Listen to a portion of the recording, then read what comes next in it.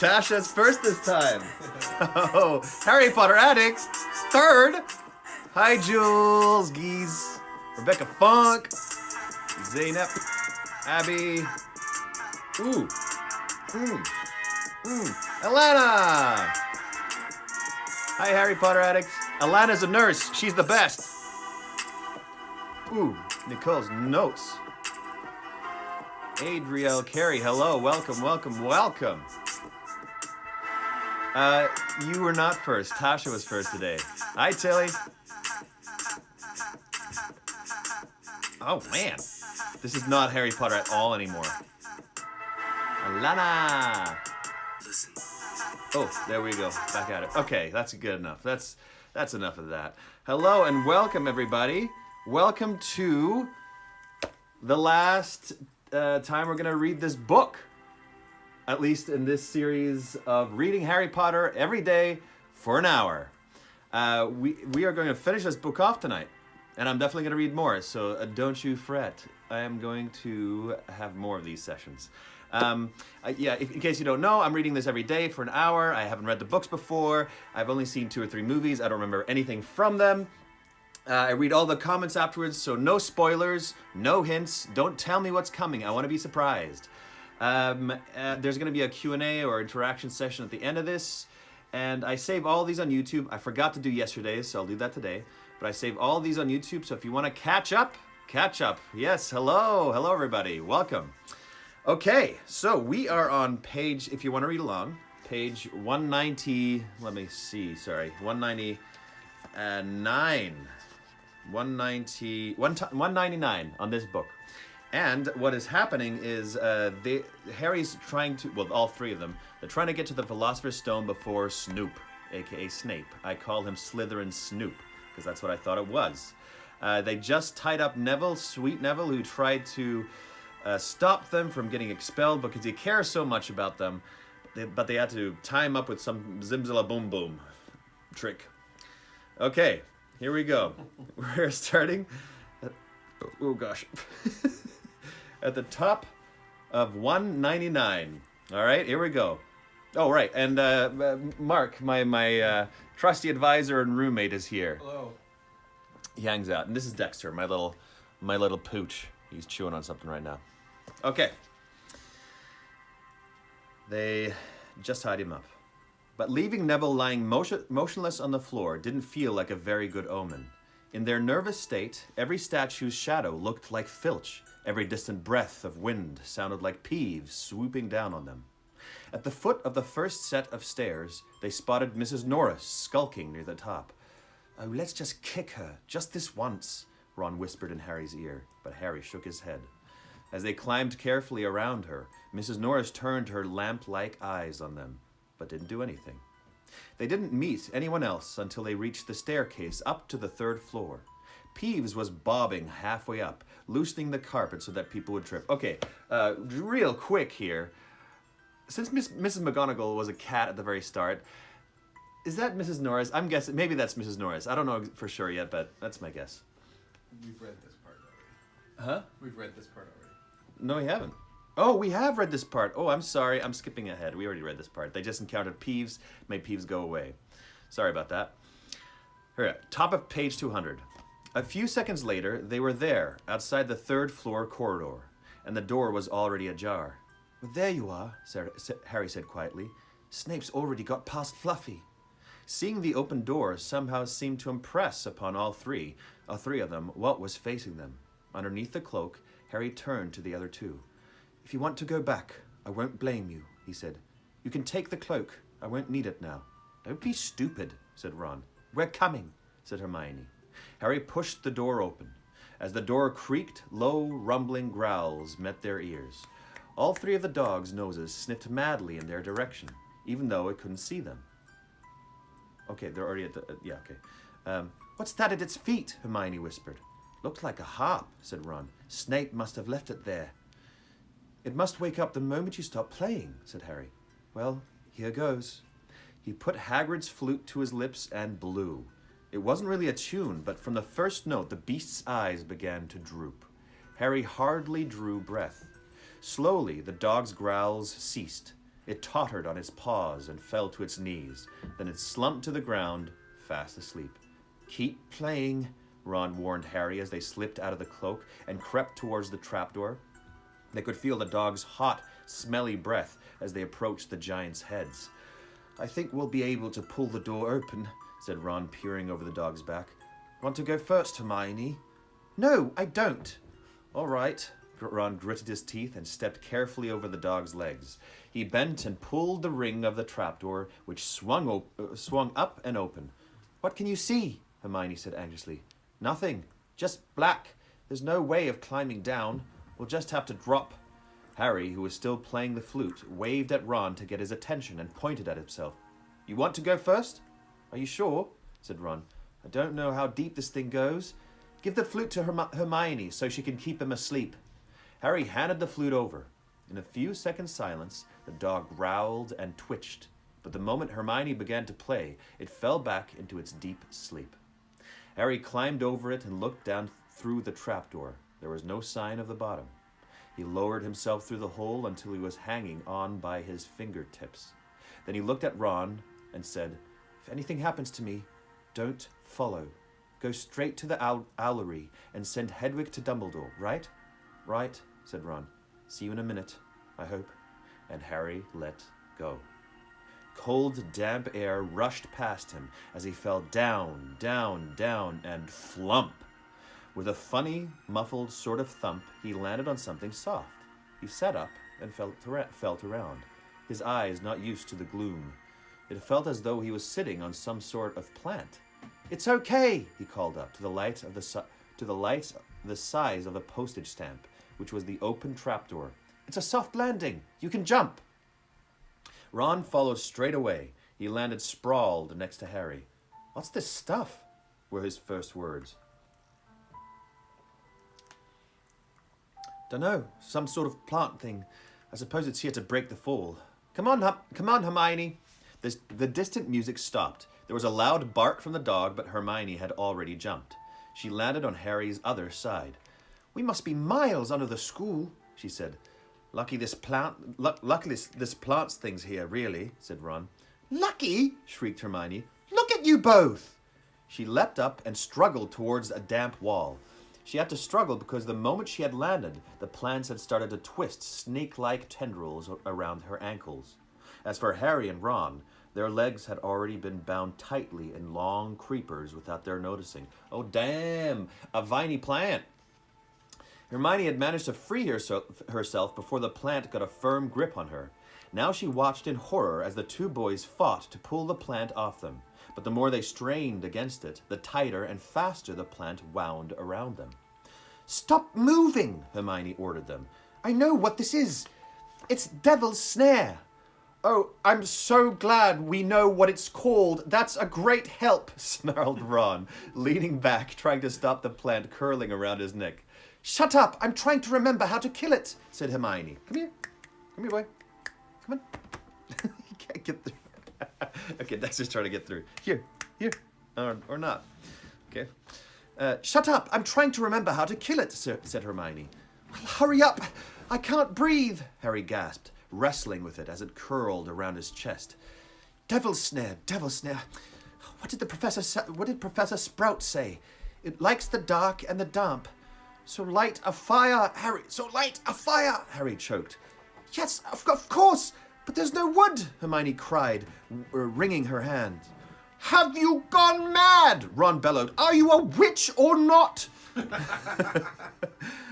"Oh, right," said Hermione, and she whipped out her wand, waved it, muttered something, and sent a jet of the same bluebell flames she had used on Snape at the plant. In a matter of seconds, the two boys felt it loosening its grip as it cringed away from the light and warmth. Wriggling and flailing, it unraveled itself from their bodies, and they were able to pull free. Phew! That was a close one. What if this book ended with all three kids dead? "Lucky you pay attention in herbology, Hermione," said Harry as he joined her by the wall, wiping sweat off his face. "Yeah," said Ron, "and lucky Harry doesn't lose his head in a crisis. There's no wood. Honestly." He's such a not a smarmy, he's a smartass. This way, said Harry, pointing down a stone passageway which was the only way on. All they could hear, apart from their footsteps, was the gentle drip of water trickling down the walls. The passageway sloped downwards, and Harry was reminded of Gringotts. With an unpleasant jolt of the heart, he remembered the dragons said to be guarding vaults in the Wizard's Bank. If they met a dragon, a fully grown dragon, Norbert had been bad enough. Can you hear something? Ron whispered. Harry listened. A soft rustling and clinking seemed to be coming from up ahead. Do you think it's a ghost? I don't know. Sounds like wings to me. There's lights ahead. I can see something moving. They reached the end of the passageway and saw before them a brilliantly lit chamber, its ceiling arcing high above them. It was full of small, jewel-bright birds, fluttering and tumbling all around the room. On the opposite side of the chamber was a heavy wooden door. Do you think they'll attack us if we cross the room? Said Ron. Probably, said Harry. They don't look very vicious, but I suppose if they all swoop down at once, well, there's nothing for it. I'll run. Ooh. He took a deep breath, covered it. Hey, Troy! He took a deep breath, covered his face with his arms, and sprinted across the room. He expected to feel sharp beaks and claws tearing at him any second, but nothing happened. He reached the door untouched. He pulled the handle, but it was locked. The other two followed him. They tugged and heaved at the door, but it wouldn't budge, not even when Hermione tried her Alohomara charm. Now what? Said Ron. These birds, they can't be here just for decoration, said Hermione. They watched the birds soaring overhead, glittering. Glittering? They're not birds, Harry said suddenly. They're keys, winged keys. Look carefully. So that must mean... He looked around the chamber while the other two squinted up at the flock of keys. Yes, look, broomsticks. We've got to catch the key to the door. Okay, there's birds that are keys now. she just combines words. Birds, keys, lion, fish. But there are hundreds of them. Ron examined the lock on the door. We're looking for a big old-fashioned one, probably silver, like the handle. They seized the broomstick each and kicked off into the air, soaring into the midst of the cloud of keys. They grabbed and snatched, but the bewitched keys darted and dived so quickly it was almost impossible to catch one. Not for nothing, though, was Harry the youngest seeker in a century. He had a knack for spotting things other people didn't. After a minute's weaving about through the whirl of rainbow feathers, he noticed a large silver key that had a bent wing, as if it had already been caught and stuffed roughly into the keyhole. That one, he called to the others. That big one. There. No, there, with bright blue wings. The feathers are all crumpled on one side. Ron went speeding in the direction that Harry was pointing, crashed into the ceiling, and nearly fell off his broom. He's like, whoa, whoa! We've got to close in on it, Harry called, not taking his eyes off the key with the damaged wing.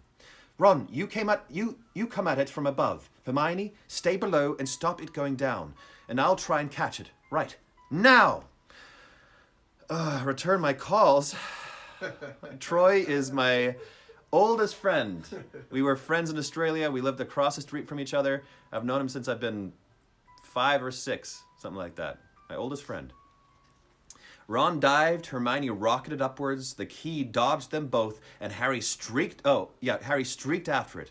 It sped towards the hall. Harry leaned forward, and with a nasty crunching noise, pinned it against the stone with one hand. Ron and Hermione's cheers echoed around the high chamber. They landed quickly, and Harry ran to the door, the key struggling in his hand. He rammed it in the lock and turned. It worked. The moment the lock had clicked open, the key took flight again, looking very battered now that it had been caught twice. Ready? Harry asked the other two. His hand on the door handle. They nodded. He pulled the door open.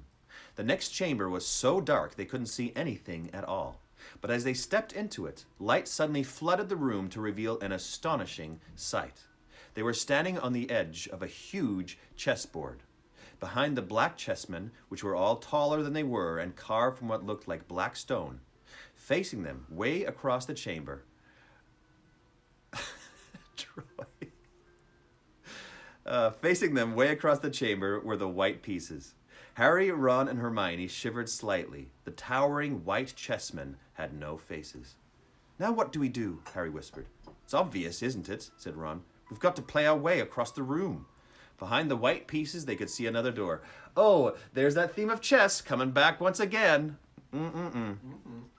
Behind the white pieces, they could see another door. How? Said Hermione nervously. I think, he said, Ron said, we're going to have to be chessmen. He walked up to a black knight and put his hand out to touch the knight's horse. At once the stone sprang to life. The horse pawed the ground, and the knight turned his helmeted head to look down at Ron. Do we have to join you to get across? The black knight nodded. Ron turned to the other two. This one's thinking about, he said. I suppose we've got to take the place of 3 of the black pieces. Harry and Hermione stayed quiet, watching Ron think. Finally, he said, Now, don't be offended or anything, but neither of you are that good at chess. We're not offended, said Harry quickly. Just tell us what to do. Well, Harry, you take the place of that bishop, and Hermione, you go next to him instead of that castle. What about you? I'm going to be a knight, said Ron. The chessmen seemed to have been listening, because at these words, a knight, a bishop, and a castle turned their backs on the white pieces and walked off the board, leaving 3 empty squares, which Harry, Ron, and Hermione took. White always plays first in chess, said Ron, peering across the board. Yes, look. A white pawn had moved forward 2 squares. Ron started to direct the black pieces. They moved silently wherever he sent them. Harry's knees were trembling. What if they lost? Harry, move diagonally 4 squares to the right. The first real shock came when their other knight was taken. The white queen smashed him to the floor and dragged him off the board, where he lay quite still, face down. I'm just trying to imagine if she put in where, like, one of the other chess pieces actually kills Hermione. And Harry's like, oh no, oh, and all the kids reading this are just so shocked. Okay, had to let that happen, said Ron, looking shaken. Leaves you free to take that bishop. Hermione, go on. Every time one of their men was lost, the white pieces showed no mercy. Soon there was a huddle of limp black players slumped along the wall. Twice, Ron only just noticed in time that Harry and Hermione were in danger. He himself darted around the board, taking almost as many white pieces as they had lost black ones. We're nearly there, he muttered suddenly. Let me think. The white queen turned her blank face towards him. Yes, said Ron softly. It's the only way. I've got to be taken. No! Harry and Hermione shouted. That's chess, snapped Ron. You've got to make some sacrifices. I take one step forward and she'll take me. That leaves you free to checkmate the king, Harry. But don't you want to stop Snoop or not? Ron, look, if you don't hurry up, you'll already have the stone. There was nothing else for it. Ready? Ron called, his face pale but determined. Here I go. Now don't hang around once you've won. He stepped forward and the white queen pounced. She struck Ron hard around the head, and her stone arm and he crashed to the floor.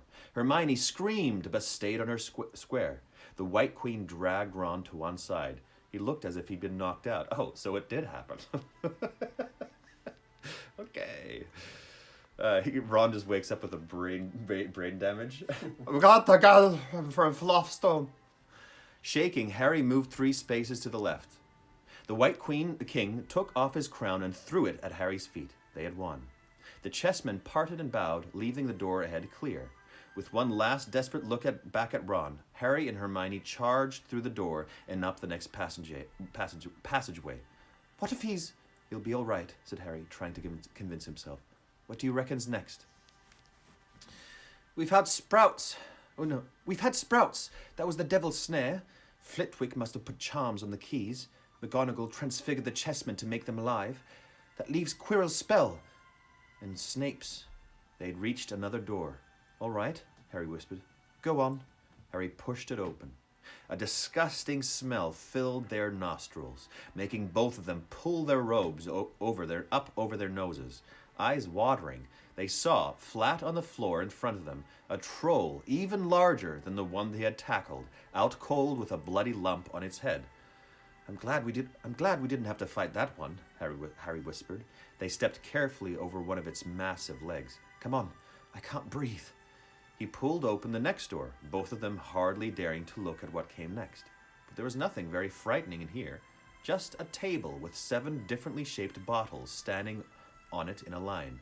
Snoops, said Harry. What do we have to do? They stepped over the threshold, and immediately a fire sprang up behind them in the doorway. It wasn't ordinary fire either. It was purple. At the same instant, black flames shot up into the doorway, leading onwards. They were trapped. Look! Hermione seized a roll of paper lying next to the bottles. Toilet paper, hopefully. Harry looked over her shoulder to read it. Okay, what's this voice? Who's writing this? Nobody. So this is a signed 40s voice. Danger lies before you, while safety lies behind. 2 of us will help you, whichever you would... no, I'm going to do it differently. Danger lies before you, while safety lies behind. 2 of us will help you, whichever you would find. 1 among us 7 will let you move ahead. Another will transport the drinker back instead.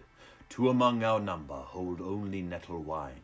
3 of us are killers, waiting hidden in line. Choose, unless you wish to stay here forevermore. To help you in your choice, we give you these clues 4. First, however, slyly the poison tries to hide. You will always find some on Nettle's wine's left side. Second, different are those who stand at either end, but if you would move onwards, neither is your friend. Third, as you see clearly, all are different size. Neither dwarf nor giants holds death in their insides. Fourth, the second left and the second on the right are twins once you taste them, though different at first sight. So, I remember all of this. I know exactly what I was reading while I was reading it. I know exactly how to figure this out because I understood everything that happened. These are clues to what? Is it to just... so there are a number of bottles standing on the table. Yeah. And some of them will kill them. Some of them will send them right back to the start. And some of them are just wine. But only one of them will progress them to the next room. It's sort of like a Princess Bride kind of situation. It's a giant riddle. Okay, cool.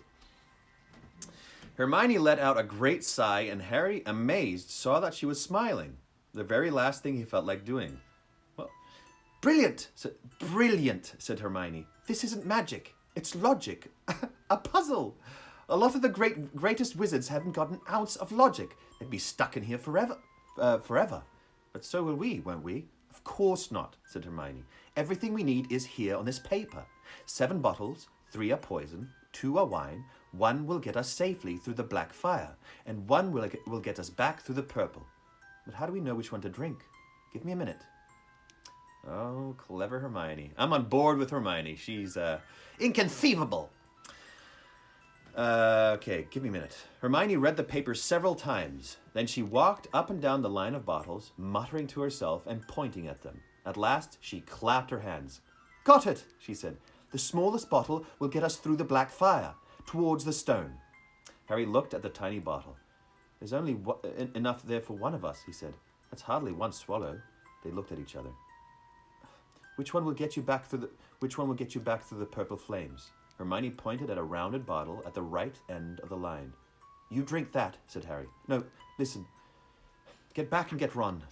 Grab brooms from the flying key room. They'll get you out of the trapdoor and past Fluffy. Go straight to the owlery and send Hedwig to Dumbledore. We need him. I might be able to hold Snoop off for a while, but I'm no match for him really. But Harry, what if you know who's with him? Well, I was lucky once, wasn't I? Said Harry, pointing at his scar. I might get lucky again. Hermione's lip trembled, and she suddenly dashed at Harry and threw her arms around him. And then they kissed. No, they did not. Hermione! Harry, you're a great wizard, you know? I'm not as good as you, said Harry, very embarrassed as he let go of him. Me? Said Hermione. Books and cleverness. There are more important things. Friendship and bravery and... Oh, Harry, be careful. You drink first, said Harry. You are sure which is which, aren't you? Positive, said Hermione. She took a long drink from the round bottle at the end and shuddered. If it's not poison, said Harry anxiously. No, but it's like ice. Go, quick, before it wears off. Good luck. Take care. Go! Hermione turned and walked straight through the purple fire, screaming as she went. Ah! Harry took a deep breath and picked up the smallest bottle. He turned to face the black flames. Here I come, he said, and he drained the little bottle in one gulp. It was indeed as though ice was flooding his body. He put the bottle down and walked forwards. He braced himself, saw the black flames licking his body, but couldn't feel them. For a moment he could see nothing but dark fire. Then he was on the other side, in the last chamber. There was somebody already there, but it wasn't Snoop. It wasn't even Voldemort. Oh, damn, end of chapter. Oh, okay. Hermione. She realizes that Harry's stronger than her, but she's got books and cleverness. But man, she solved that one quickly. She just heard it. It's like, she's like she's a genius, basically. Genius. Harry's the brave and he's like the talented and brave one, and Ron, he's the emotional anchor. Emotional anchor, kind of comic relief, and I guess like acts in the moment. I don't know yet what his strengths are. We'll see. I like him though. I'm liking him more and more because at the beginning I had difficulties figuring out who he was, and now I'm understanding more and more. So this is good. Chapter 17, The Man with Two Faces. I think this is the last chapter! It was Quirrell. Quirrell? What? It was Okay, that surprised me too. Like, what the? Did he club that troll?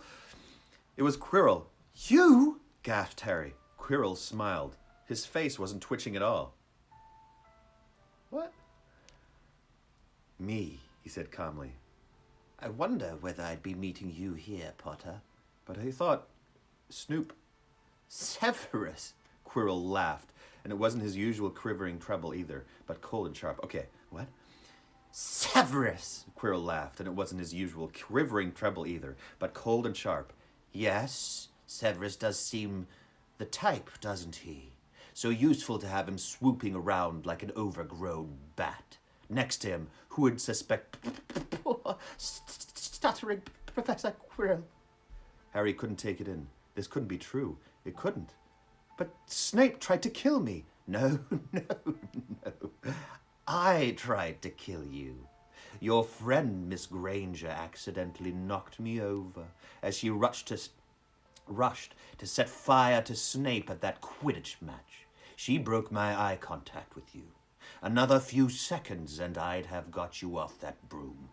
I'd have managed it before then if Snape hadn't been muttering a counter curse, trying to save you. Woo, what? What is going on with Quirrell? Snape was trying to save me. Of course, said Quirrell coolly. Why do you think he wanted to referee your next match? He was trying to make sure I didn't do it again. Funny, really. He needn't have bothered.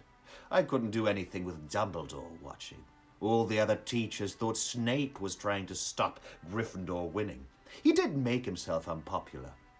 What a waste of time. When after all that, I'm going to kill you tonight. Yep, it's going to happen. Quirrell snapped his fingers. Okay, what is going on?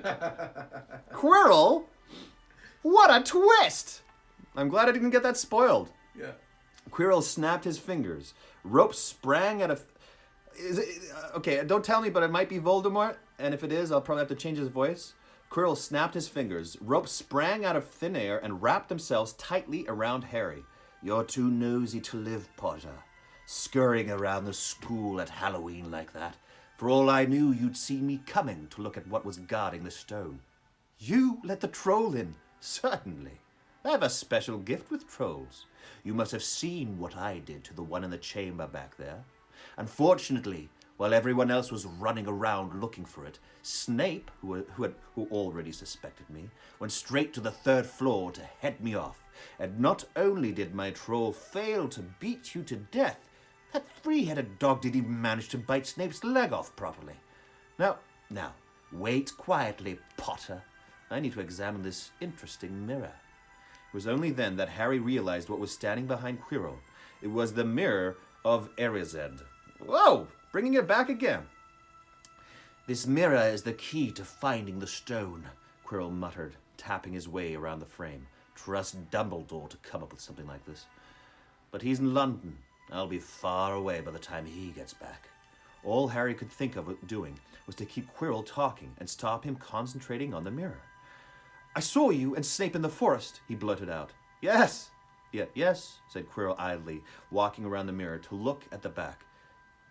He was on to me by that time, trying to find out how far I'd go. He suspected me all along. Tried to frighten me, as though he could, when I had Lord Voldemort on my side. Okay, it's not Voldemort.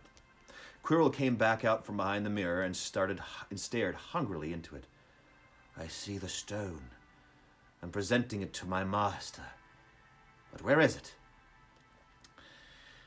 Harry struggled against the ropes binding him, but they didn't give. He had to keep Quirrell from giving his whole attention to the mirror. But Snape always seemed to hate But Snape always seemed to hate me so much. Oh, he does, said Quirrell casually. Heavens, yes. He was at Hogwarts with your father. Didn't you know? They loathed each other. But he never wanted you dead. But I heard you a few days ago, sobbing. I thought Snape was threatening you. For the first time, a spasm of fear flitted across Quirrell's face. Sometimes, he said, I find it hard to follow my master's instructions. He is a great wizard, and I am weak. You mean he was there in the classroom with you? Harry gasped. He is with me wherever I go, said Quirrell quietly. I met him when I traveled around the world. A foolish young man I was then, full of ridiculous ideas about good and evil. Lord Voldemort showed me how wrong I was. There is no good and evil. There is only power, and those too weak to seek it. Since then, I have served him faithfully, although I have let him down many times. He has had to be very hard on me. Quirrell shivered suddenly. He does not forgive mistakes easily. When I failed to steal the stone from Gringotts, he was most displeased. He punished me, decided he would have to keep a closer watch on me. Oh man, this guy's afraid of him. Quirrell's voice tailed away. Harry was remembering his trip to Diagon Alley. How could he have been so stupid? He'd seen Quirrell that very day, shaking hands with him in the leaky cauldron. Quirrell cursed under his breath. I don't understand. Is the stone inside the mirror? Should I break it? Harry's mind was racing. What I want more than anything else in the world at the moment, he thought, is to find the stone before Quirrell does. So if I look in the mirror, I should see myself finding it, which means I'll see where it's hidden. But how can I look without Quirrell realizing what I'm up to? He tried to edge to the left, to get in front of the glass without Quirrell noticing. But the ropes around his ankles were too tight. He tripped and fell over. Quirrell ignored him. He was still talking to himself. What does this mirror do? How does it work? Help me, master. And to Harry's horror, a voice answered, and the voice seemed to come from Quirrell himself. Adjectives, please, for Voldemort, because this is obviously Voldemort. Please, some adjectives. Quirrell's voice works. I'm watching your reactions. What's some? Voldemort is like dark and powerful. Dark and powerful. I know he doesn't have a nose. Yeah, and so he. There. Yeah. Use the boy. No. Use the boy. Snaky. Use the boy. Use the boy. It's a bit too monstery, I guess. Yeah, not so harsh, yeah. Yeah, pure evil. Evil. He is weak, otherworldly. Use the boy. Use the boy. I'll work on it. Quirrell rounded on Harry. Yes, Potter. Come here. He clamped his hands once, and the ropes binding Harry fell off. Harry got slowly to his feet. Come here, Quirrell repeated. look in the mirror and tell me what you see. Harry walked towards him. I must lie, he thought desperately. I must look and lie about what I see, that's all. Quirrell moved close behind him. That's perfect. Yes, that's it. Okay, good. Quirrell moved close behind him. Harry breathed in the funny smell that seemed to come from Quirrell's turban. He closed his eyes, stepped in front of the mirror, and opened them again. He saw his reflection, pale and scared looking at first, but a moment later, the reflection smiled at him. It put its hand into its pocket and pulled out a blood-red stone. It winked and put the stone back in its pocket, and as it did so, Harry felt something heavy drop into his real pocket. Somehow, incredibly, he'd got the stone. Well, Said Quirrell impatiently. what do you see? Harry screwed up his courage. I see myself shaking hands with Dumbledore, he invented. I've won the House Cup for Gryffindor. Quirrell cursed again. Get out of the way, He said. As Harry moved aside, he felt the Philosopher's Stone against his leg. Dare he make a break for it? So future, weird, otherworld self was like, we're a team, Harry. I got you. But he hadn't walked 5 paces before a high voice spoke, though Quirrell wasn't moving his lips. He lies! He lies! Potter, come back here! Quirrell shouted. Tell me the truth. What did you just see? The high voice spoke again. Let me speak to him, face to face. Master, you are not strong enough. I have strength enough for this. Harry felt as if Devil's snare was rooting him to the spot. He couldn't move a muscle. Petrified, he watched as Quirrell reached up and began to unwrap his turban. What was going on? The turban fell away.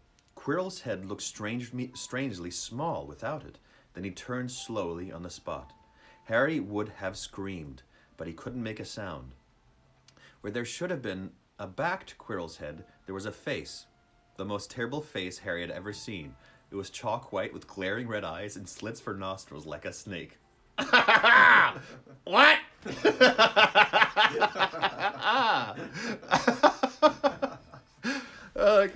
How's it going? My name's Quirrell. Just kidding. Okay, does he have to brush his teeth every morning too?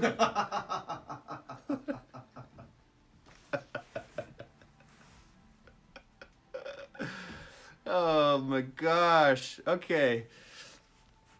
Harry Potter. It whispered. Harry tried to take a step backwards, but his legs wouldn't move. See what I have become. The voice said. Mere shadow and vapor. I have form only when I can share another's body. But there have always been those willing to let me into their hearts and minds. Unicorn blood has strengthened me these past weeks. You saw faithful Quirrell drinking it for me in the forest. And once I have the elixir of life, I will be able to create a body of my own. Now, why don't you give me that stone in your pocket? So he knew. The feeling suddenly surged back into Harry's legs. He stumbled backwards. Don't be a fool, Snarled the face.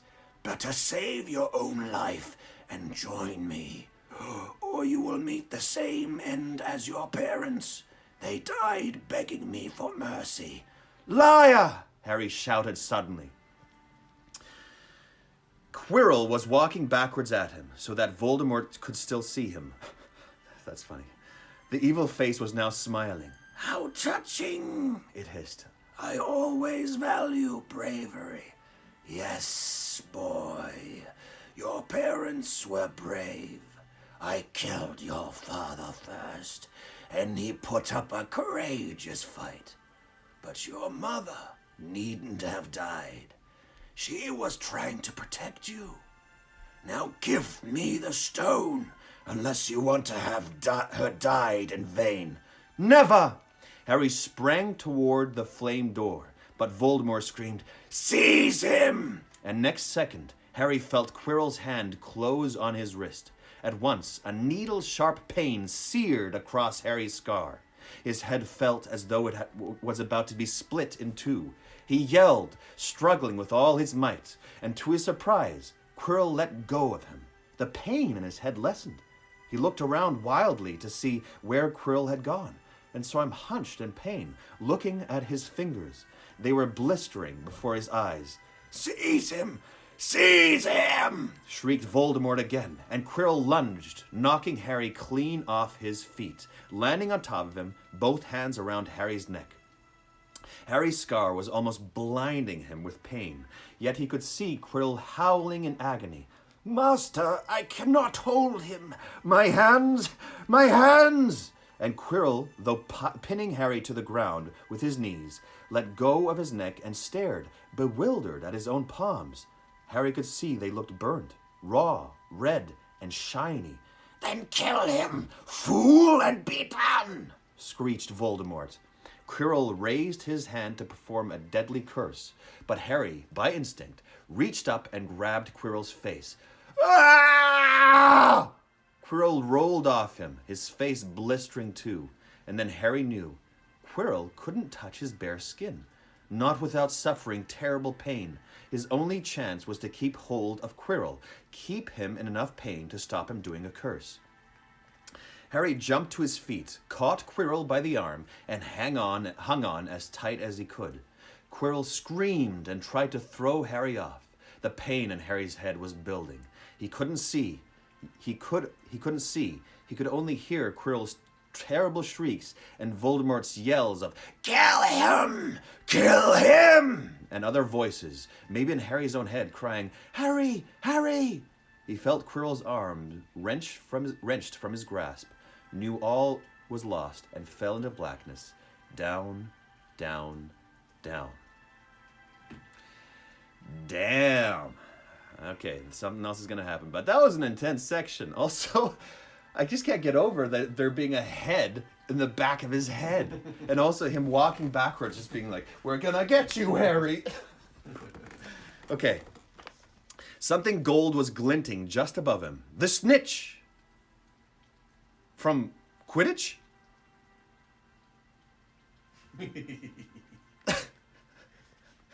Okay. Something gold was glinting above him. The snitch. He tried to catch it, but his arms were too heavy. He blinked. It wasn't the snitch at all. Okay. It was a pair of glasses. How strange. He blinked again. The smiling face of Albus Dumbledore swam into view above him. Good afternoon, Harry, said Dumbledore. Harry stared at him. Then he remembered. Sir, the stone. It was Quirrell. He's got the stone. Sir, quick. Calm yourself, dear boy. You are a little behind the times, said Dumbledore. Quirrell does not have the stone. Then who does? Sir, Harry, please relax, or Madame Pomfrey will have me thrown out. Harry swallowed and looked around him. He realized he must be in the hospital wing. He was lying in a bed with white linen sheets, and next to him was a table piled high with what looked like half the sweet shop.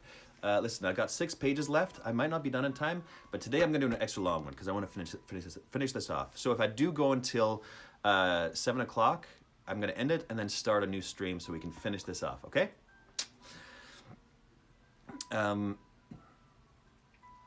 Tokens from your friends and admirers, said Dumbledore, beaming.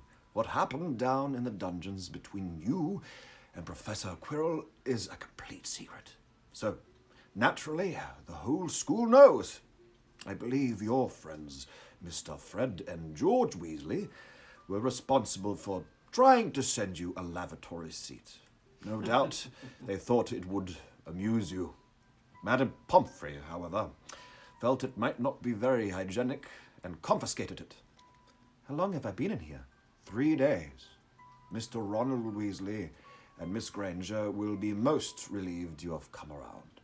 They've been extremely worried. But sir, the stone... I see You are not to be distracted. Very well. The stone. Professor Quirrell did not manage to take it from you.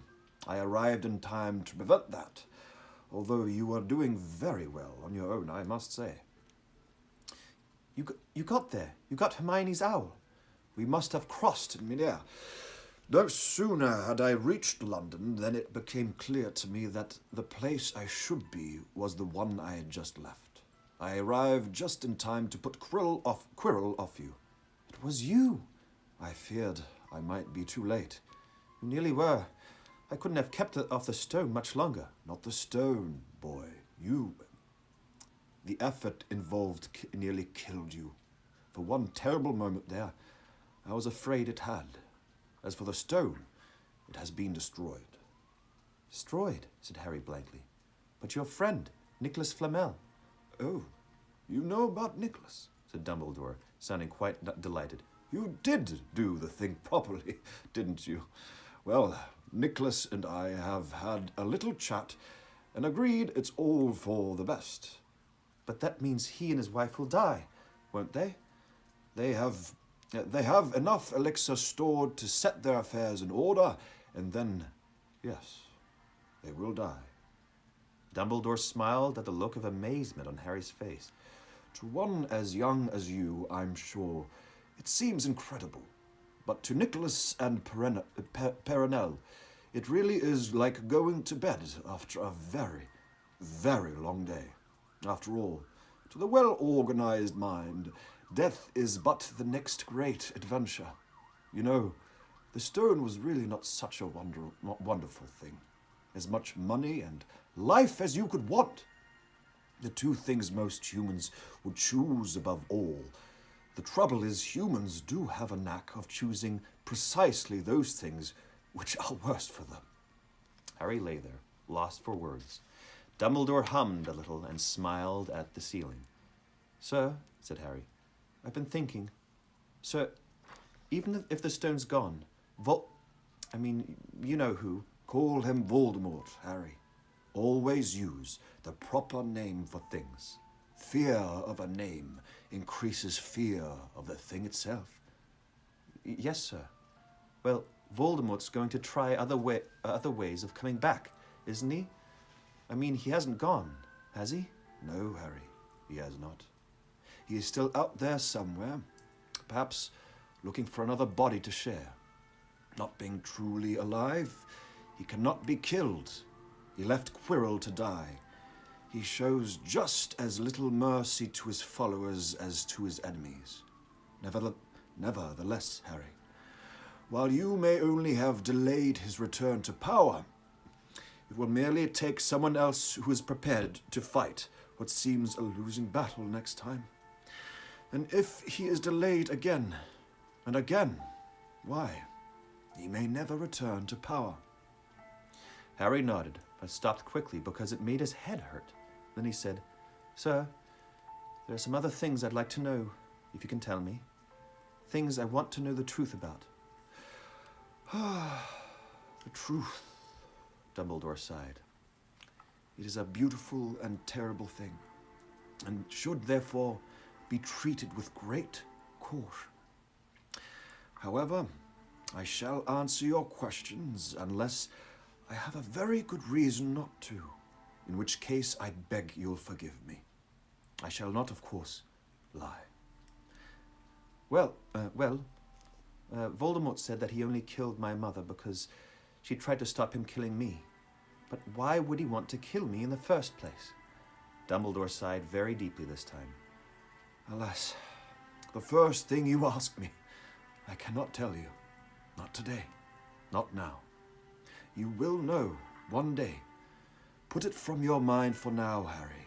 When you are older, I know you hate to hear this, when you are ready, you will know. And Harry knew it would be no good to argue. But why couldn't Quirrell touch me? Your mother died to save you. If there's one thing Voldemort cannot understand, it is love. He didn't realize that love, as powerful as your mother's for you, leaves its own mark. Not a scar, no visible sign.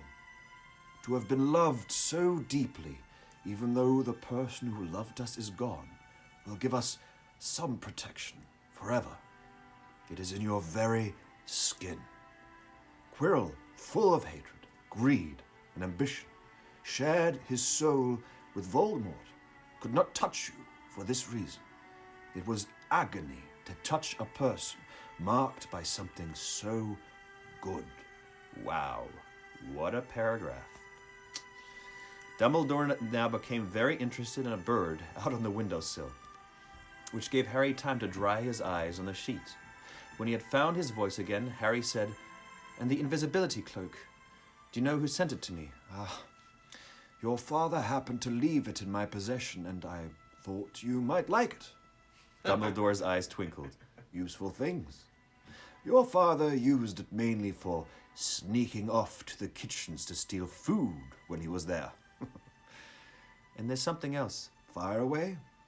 Quirrell said Snape... Professor Snape, Harry.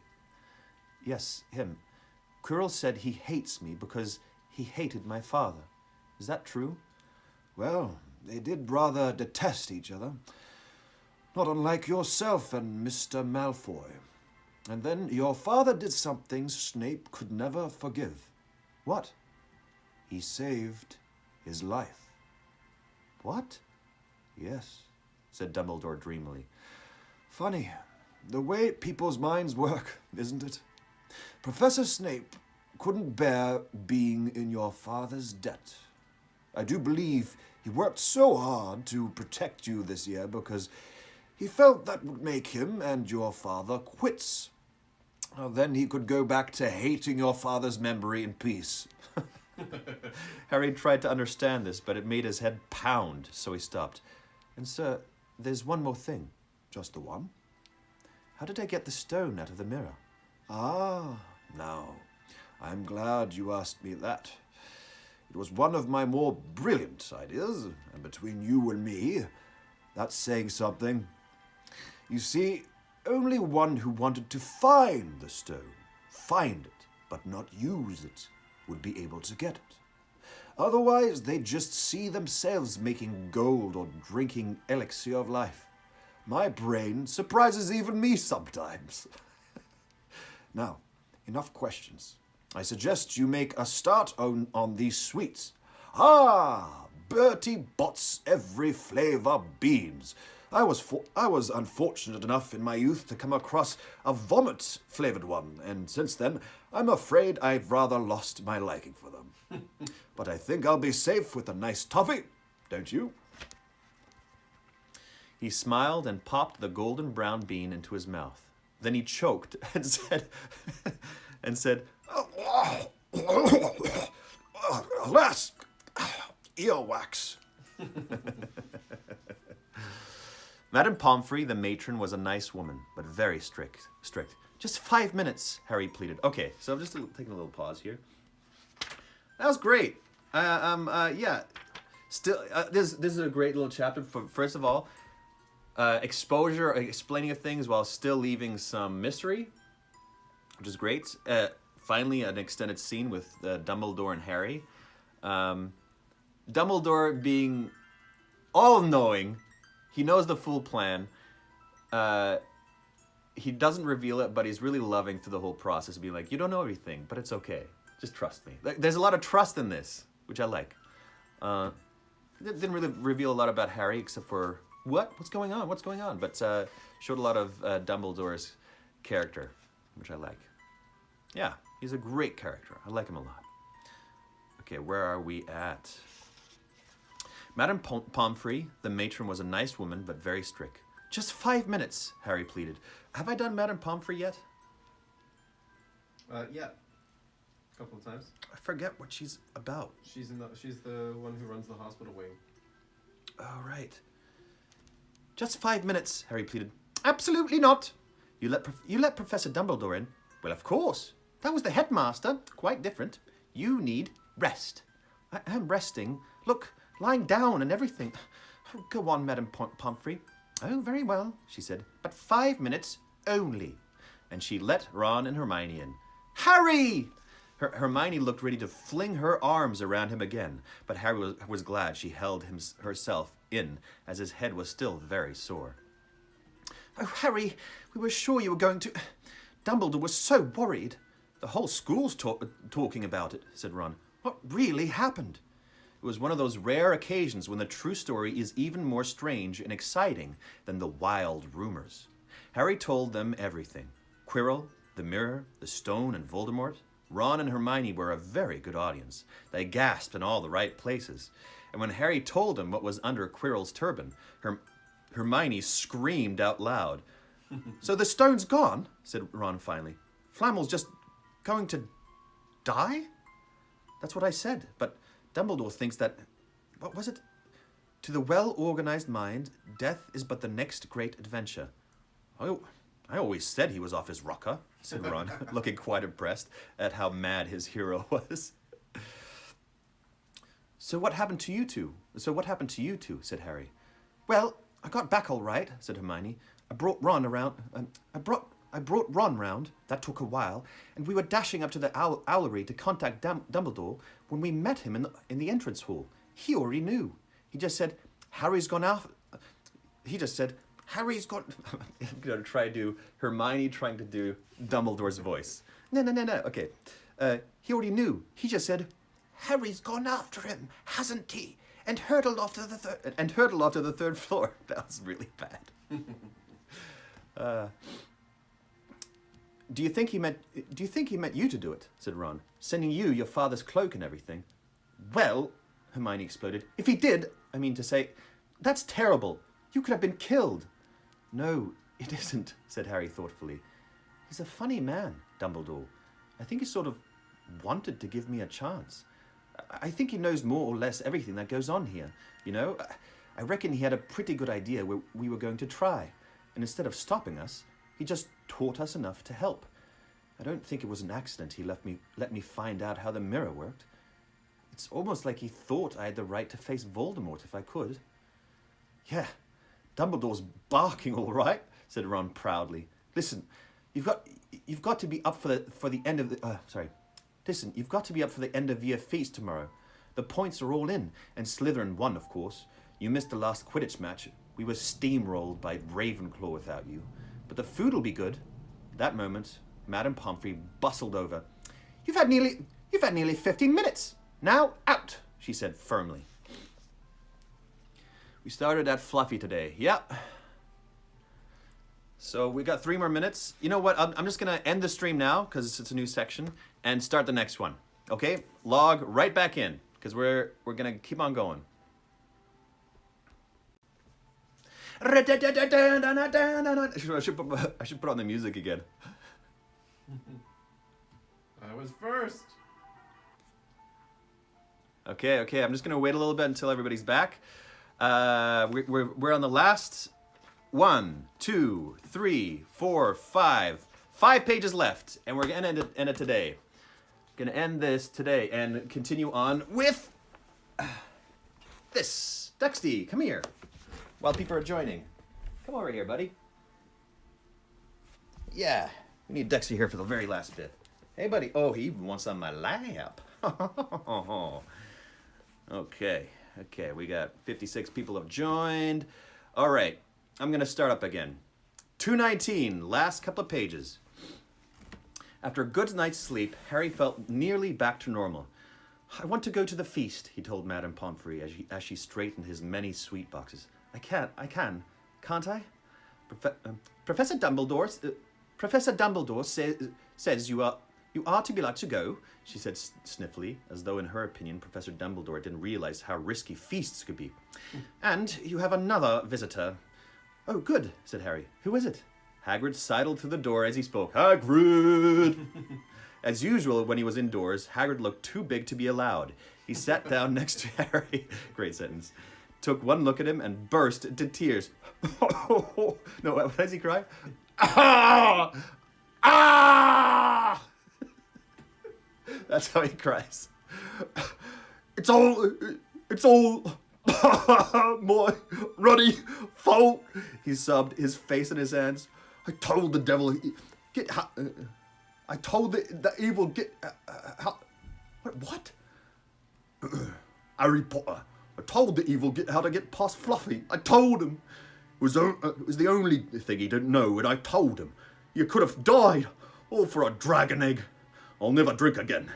I should be chucked and made to live as a muggle. Hagrid, said Harry, shocked to see Hagrid shaking with grief and remorse. Oh, what a heart. What a sweet soul. Great tears leaking down into his beard. Hagrid, he'd have found out somehow. This is Voldemort we're talking about. He'd have found out even if you hadn't told him. You could have died, sobbed Hagrid. Don't say the name. Voldemort, Harry bellowed. And Hagrid was so shocked, he stopped crying. I've met him, and I'm calling him by his name. Please cheer up, Hagrid. We saved the stone. It's gone. He can't use it. Have a chocolate frog. I've got loads. Hagrid wiped his nose on the back of his hand and said, That reminds me. I've got your present. It's not a stout sandwich, is it? Said Harry anxiously, and at last Hagrid gave a weak chuckle. No. Dumbledore gave me the day off yesterday to fix it. Of course, he should have sacked me instead. Anyway, got you this.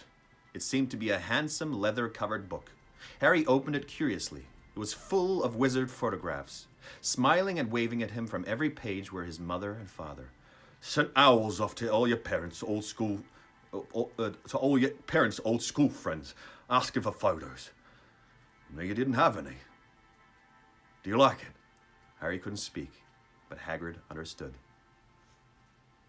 That's so good.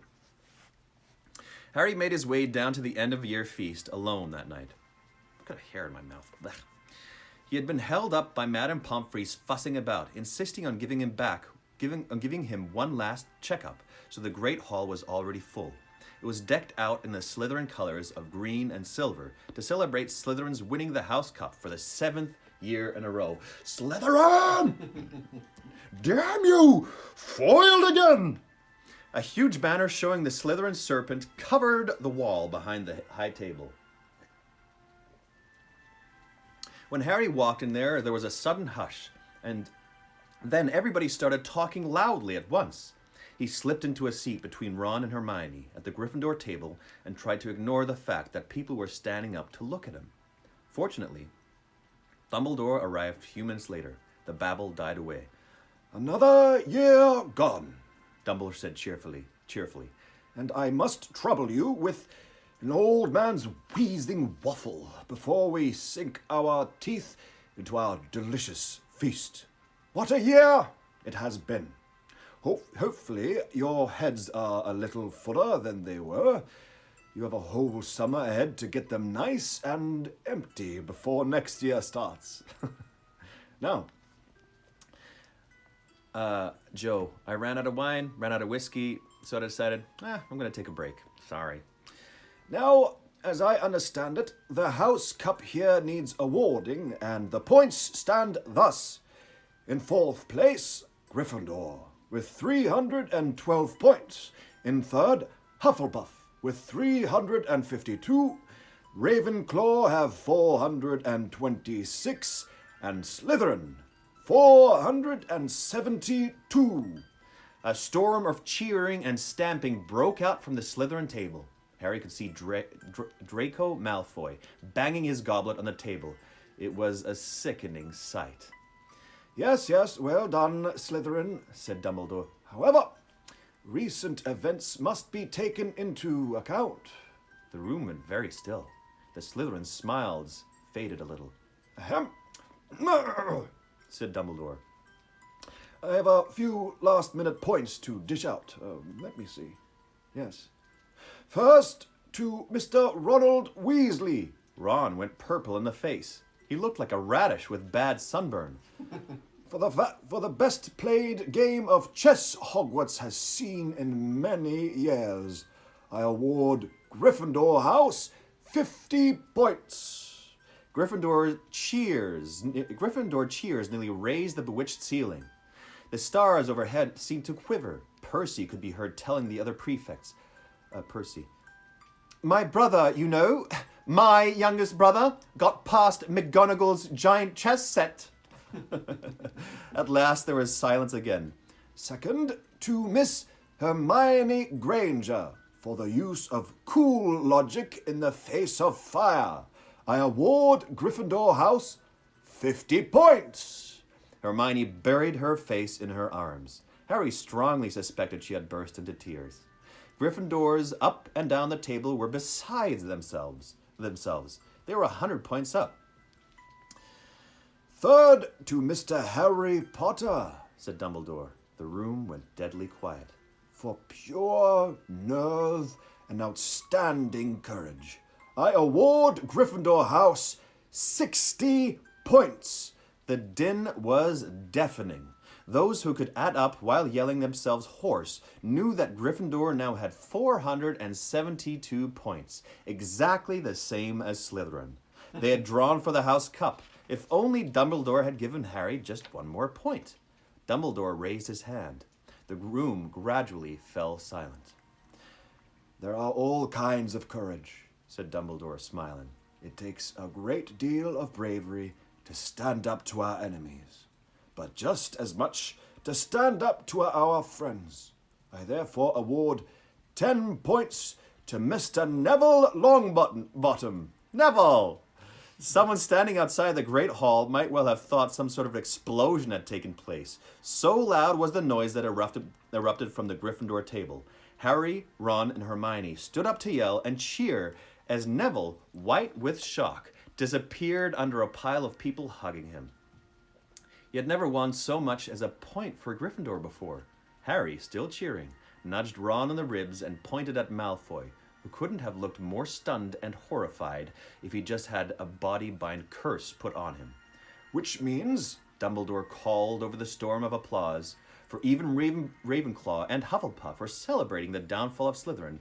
we need a little change of decoration. Decoration! Sorry, went slightly Italian or something there. He clapped his hands. In an instant, the green hangings became scarlet, and the silver became gold. The huge Slytherin serpent vanished, and a towering Gryffindor lion took its place. Snape was shaking Professor McGonagall's hand with a horrid, forced smile.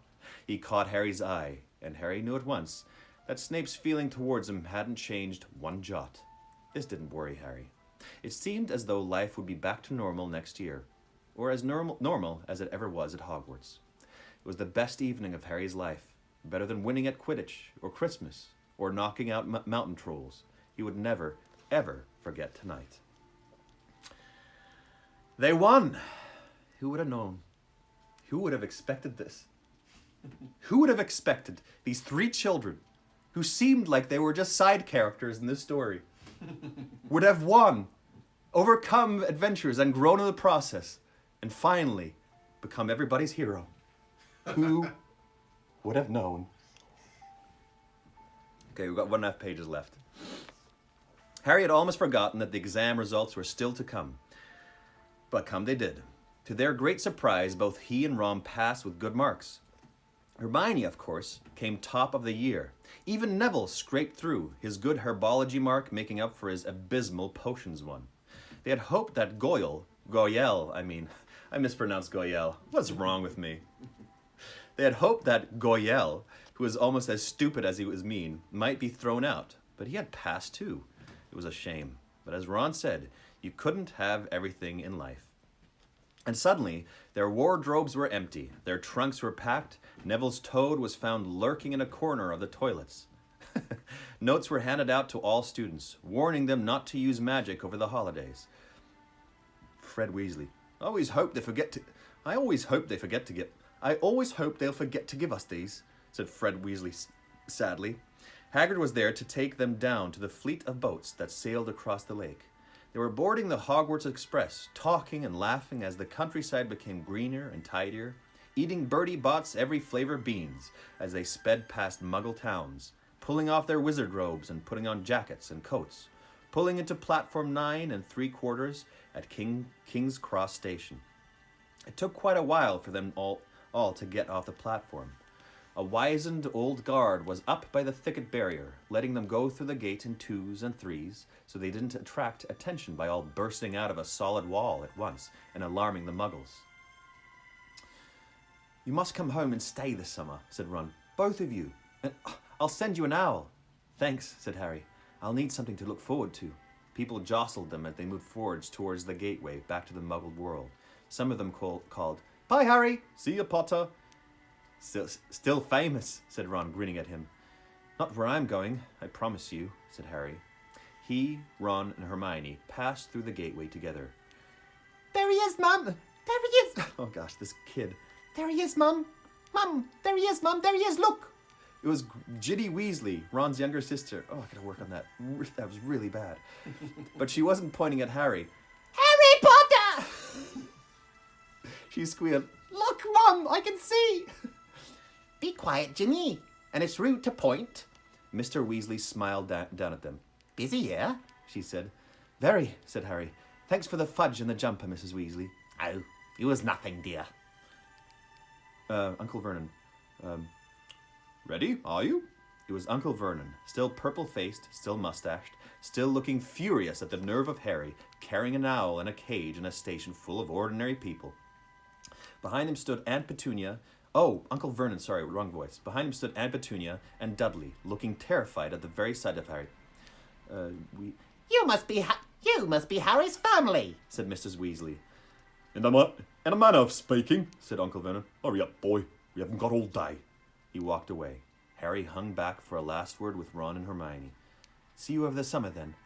Hope you have a good holiday, said Hermione, looking uncertainly after Uncle Vernon, shocked that anyone could be so unpleasant. Oh, I will, said Harry, and they were surprised at the grin that was spreading over his face. They don't know we're not allowed to use magic at home. I'm going to have a lot of fun with Dudley this summer. And it's done. Finished the book. We read through a whole book here together. Over 10, I think this is the 10th session. This took 10 hours. 10 hours for this book, and I had the greatest time. Love this book. Good job, everybody. This was a lot of fun. Oh, man, what a great book. I'm very happy I decided to do this. I wasn't sure what I'd think, and I love it. It's really good. And honestly, this is, talking with Mark before, this is so great, being able to have something to look forward to every day in this quarantine, and time to spend together with all of you. You know, there are some days that are hard, and this is really great to look forward to, and I'm happy to read this and spend some time with you, and it feels like a little bit of a community. So I really appreciate that. Being part of Conk's Corner with John Weasley. Reedsley. Damn it. Yeah, we really bonded, didn't we? Okay, any thoughts or questions or anything you've got in your mind? We'll be reading this. We'll be starting this tomorrow. Or should I maybe read Game of Thrones instead? Or maybe I should just, I don't know, start with the Wheel of Time. Dune. Oh, actually, somebody else is already doing Dune. And Game of Thrones too. But yeah, this is the next book. We're going to do this. How about a live movie watch? I am going to do that at the very end of all the books. Because if I watch the movie, it'll influence my voices, influence my view of characters. And I kind of don't want that. I want to be imagining the way I want to. I mean, I already know that, what's his name? Daniel Radcliffe is Harry and all kind of stuff. I know what they look like. But not all the characters, just the main three. But I don't want it to influence the rest of what I do. Thanks, Darren. I'm glad it has been. Thank you so much. Get your own name right now, you pothead. Are we doing book 2? Yes, we are. We're going to start that tomorrow. Hey, Alana. You're our hero. Alana Wright is one of the nurses. One of our healthcare workers that we should be applauding actually right now. Who's your favorite character? Okay, that's a good question at the end of all this. Oh, they've all got great arcs. Okay, favorite character to do is probably Snape. And yeah, I think Snape is just fun to do. I think my favorite character is still Hagrid. He's such a great person. I love Hagrid. And Dumbledore is growing on me as a favorite character because he's just, there's so much to him. Wheel of Time. greatest series so far. I've never read Wheel of Time either, so there we go. Haven't read since the best thing ever. Thank you so much, everybody. Can Barks read a chapter? Yeah. Barks. I got a character. He's a dog. Here, can you give me that? Oh. I have this ridiculous dog mask. So that's called Barks Weasley. How'd you get to be so sweet? I learned from the best, Ian. I learned from you. What Harry Potter house am I? I did the test. I am a Gryffindor. I am a Gryffindor. Okay, I'm gonna start one of these live-reading things on my second cat. Yeah, go ahead. That's cool. Snoop, Dumbledore. This is one of the best parts of my day. Calling you to thanks for bringing this community together. Thanks, Lois. That's really sweet. I'm glad you're having fun. Would you be offended if I started reading The Hobbit live every night at 6? Not at all. Do your thing. I love your Kiel crank for Hagrid. I like that too. What are you upset about, Kenton? Well, that's not for me. I got scared from that mask. Can you do the next book dressed as Hermione? Okay, listen. I have I don't know how many costumes I have here, but maybe I'll surprise you. I won't do it every time. It's gonna be so much work to do this every time, but maybe I'll surprise you at certain parts. Are you single? Hell yeah, I am. Can you wear a robe? I don't really have one, but I'll try to find one. Next book, you need an extra prop. You need a wand. I need a wand. Can you bring a dragon next time? Sure. I'll bring a dragon. I'll just snag one from outside. Okay, what else is there? Follow Mark. Give a hand to Mark for helping me out so many times. He comes into this room every night, every evening, sits in the bed and just listens and helps me out. Follow him at yoc.creations. Any movie or TV recommendations for us? Yeah, watch. Wait, what am I watching right now? There's something I was watching. Oh, Ozark is pretty fantastic. If you have to, for each book you read, you add a prop or movie. Can Dexter be dressed like a dragon? He doesn't like being dressed up. They want you to do special effects in the background. I don't know. That's probably take away from it. Sound effects and shit. Yes, Ozark. Tiger King. Oh my gosh, watch Tiger King. Freaking crazy. Tiger King is phenomenal. Watch that on Netflix. Unreal. Liz the Wiz wants you. I don't even know how old you are. Okay, friends. This has been really fantastic. Thanks so much. I will be seeing you all tomorrow, starting the next book, The Chamber of Secrets, at 6 p.m. with at Conk's Corner with John Reedsley. All right. See you later. Bye-bye. Old enough. Old enough.